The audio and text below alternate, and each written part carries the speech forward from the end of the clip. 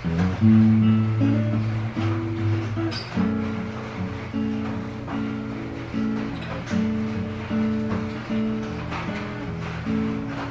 yung luma kong gitara.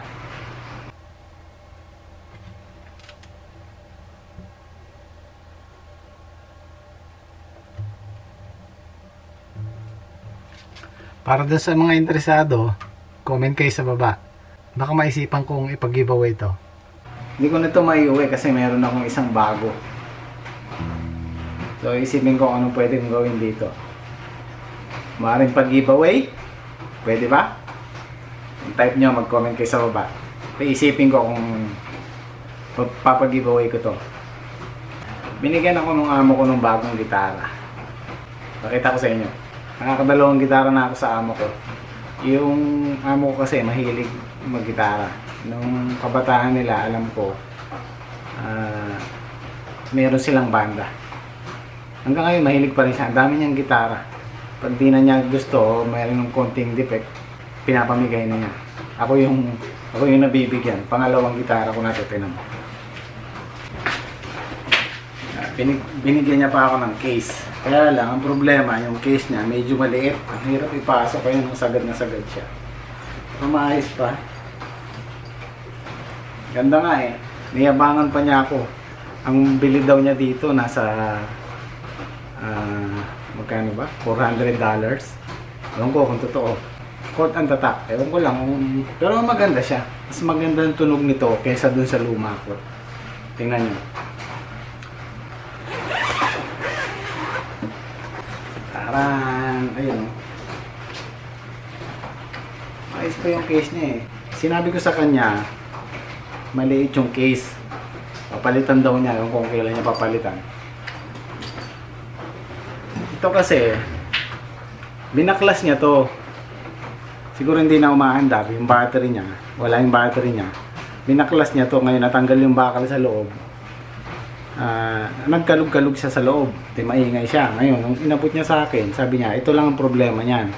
Nakatanggal to. Tapos yung tornilyo niya, pinulot ko lang sa lapad. Then, inayos ko. Inalis ko yung string.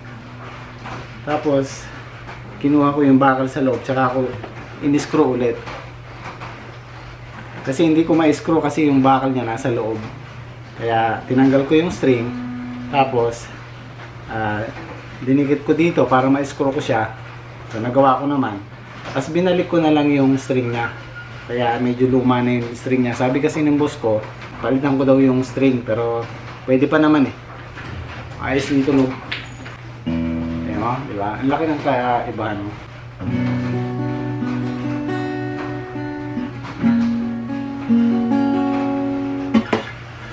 Haba ng kuko ko eh. Mahirap kasi mag-gitara pag mahaba ang kuko.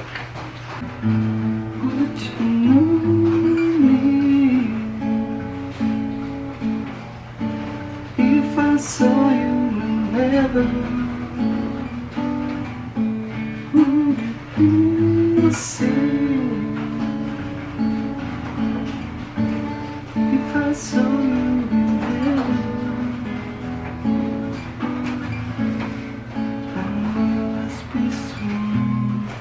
kalimutan ko na rin. Sakit sa kamay. Pero ayos pa, di ba? Ito yung iuwi ko. Kasi mukhang mamahalin nga. Saka galing sa boss ko eh. Meron akong isang ganito. Inuwi ko rin sa Pinas. Meron din siyang case. Galing din sa kanya yun. Kaya lang pinabayaran niya sa akin ng 2,000 yata o 1,500. Inuwi ko yun sa Pinas. Pero mas maganda to. Mas maganda yung tunog nito kaysa doon. Kaya ito na lang yung iuwi ko. Ayun, tatak niya ako. Port. Tapos mayroon siyang mic sa loob eh.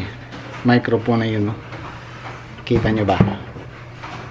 Ayun yung microphone niya. Oh. Maganda sana kung umaandar pa to. Kaya lang, wala din naman akong speaker eh. Okay na to. Kahit acoustic lang, di ba? Naalala ko lang AirPod ko. Kaya ako nahilig sa gitara dahil sa kanya. Dalawa yung kapatid kong lalaki pero hindi sila nahilig sa gitara. Yung tatay ko noon, ang pagkakaalam ko, hindi naman siya magaling mag-gitara. Marunong lang. Maganda pa yung boses. Marunong kumanta, yun ang hindi ko namana. Ang alam ko noon, nung binata sila na uso pa yung ano nun eh, yung ano ba tawag nun? Yung nangaharana. Yun, nangaharana sila. Pag meron daw binatang gustong mangharana, tatawagin yung tatay ko, siya yung taga-gitara. Tapos manghaharana sila.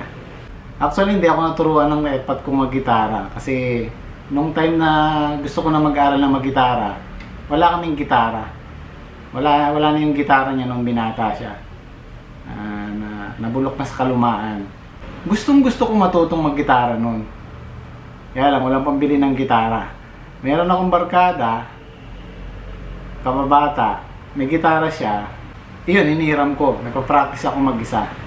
Hindi naman pwede magtagal sa akin yung gitara kasi nga, hinihiram ko lang.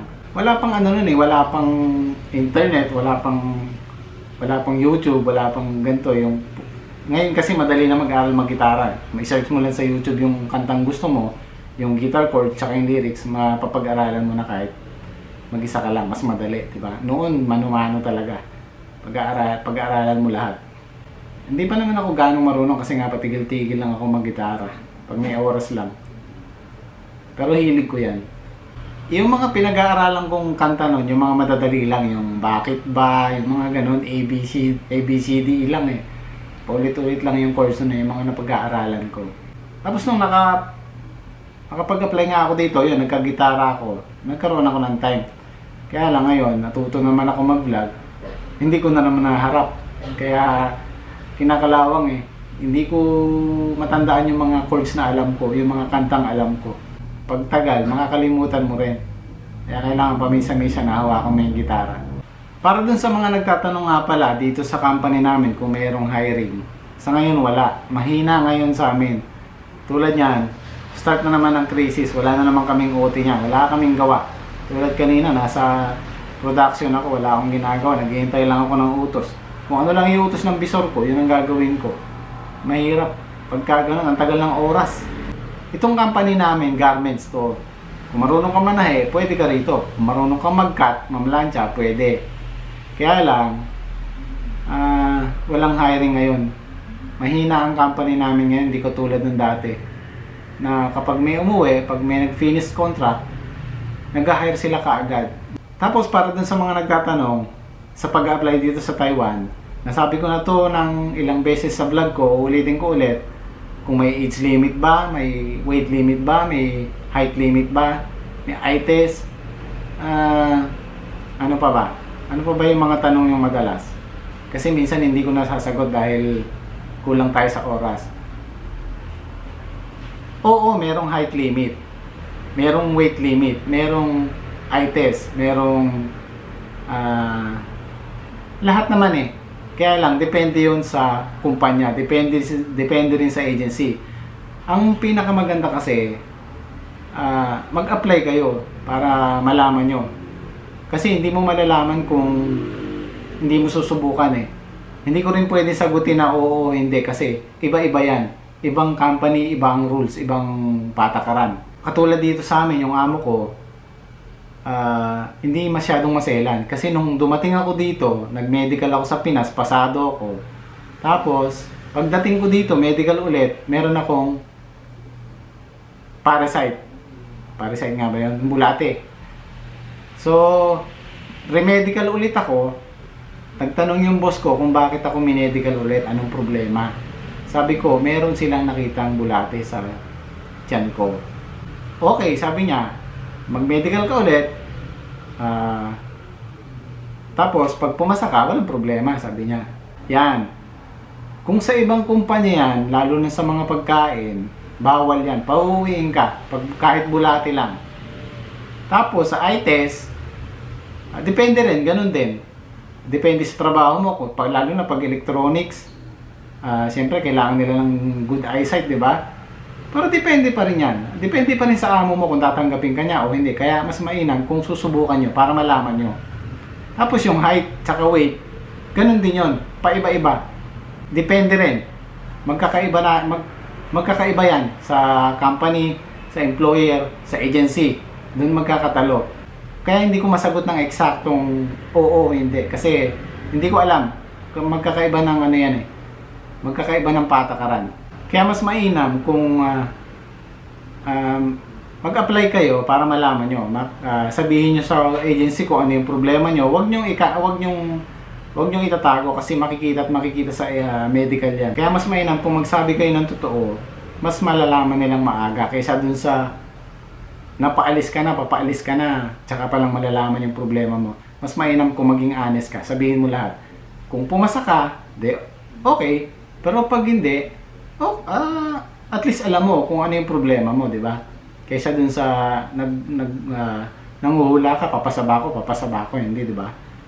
Tsaka huwag kayong matakot sa rejection. Huwag kayong matakot sa failure. Kasi lahat tayo dumadaan dyan. Ganito lang yan eh. Kapag bumagsak ka, at least sa susunod na pag-a-apply mo, alam mo kung ano yung problema. Alam mo kung ano yung kinabagsak mo. May improve mo yon, di ba? Kaya, parang ano lang yan eh. Parang sa gitara nga. Practice. Hanggang sa matuto ka ng matuto. Bago mo makuha yung isang kanta, maraming mali, maraming sabit. Pero, kung lagi ka nagpa-practice, makukuha mo yon. Parang ganun din yon. Kung mag-a-apply ka at bumagsak ka, at least sa susunod, alam mo kung ano yung i-improve mo, di ba? Ganun lang yon. Practice makes perfect. Kaya huwag kayong matakot sa rejection o yung failure. Yan ang makakapagpa-improve sa atin. Okay, shoutout muna tayo. Shoutout kay Yi Chan Chang, Maricay Salvador, Jet Pumantok. Big shoutout kay Miss Abisi. Paki-check nyo yung channel niya guys, ililink ko rin sa baba. Paki-suportahan na lang kasi nag-uumpisa pa lang siyang mag-vlog. Pamela Vida, Rodrigo Trump. Tapos sabi niya, sir, pa-shoutout naman sa misis ko, si Julie Tolentino. Shoutout sa inyo. So sige na guys, magluluto pa ako ng itlog. I'll see you next time. Say Jen!